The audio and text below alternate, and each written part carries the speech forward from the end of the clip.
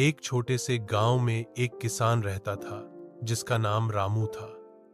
रामू के पास एक छोटा सा खेत था जहां वह अपने परिवार के लिए अनाज उगाता था। रामू के दो बच्चे थे, एक लड़का और एक लड़की, जिनका नाम रोहन और रिया था। एक दिन रामू ने एक नया ट्रैक्टर खरीदा जो उसके खेत की जुताई और अन्य कामों में मदद करेगा।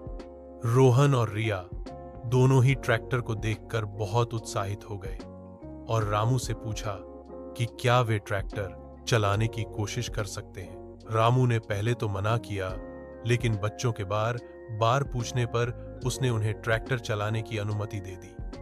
रोहन और रिया दोनों ही ट्रैक्टर चलाने लगे और खेत की जुताई करने में रामू की मदद करने लगे। जैसे ही वे ट्रैक्टर चला रहे थे, उन्होंने देखा कि खेत में कई पत्थर और कंकड़ थे जो फसलों को नुकसान पहुंचा सकते थे। रोहन और रिया ने सोचा कि वे इन पत्थरों और कंकड़ों को हटाने में रामू की मदद कर सकते हैं।